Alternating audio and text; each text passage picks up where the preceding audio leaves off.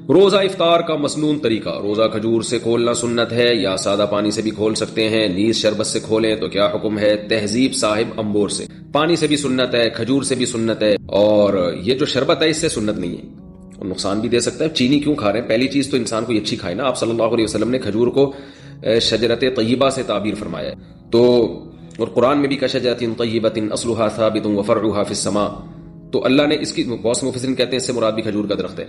تو کھجور کا جو پھل ہے نا یہ بہت انسانی صحت کے لیے مفید ہے، اور افطار میں آپ کو جو پاور چاہیے ہوتی ہے نا، طاقت چاہیے ہوتی ہے، وہ کھجور سے ملتی ہے آپ کو، کیونکہ کاربوہائیڈریٹ بھی چاہیے آپ کو، اور کھجور میں اس کے علاوہ بھی بہت سارے وٹامنز ہیں۔ کہا جاتا ہے کہ ایک چھوٹے سے پھل میں اتنے سارے منرلز اور وٹامن جمع نہیں ہیں جتنے کھجور کے ایک چھوٹے سے پھل میں جمع ہے، واللہ عالم۔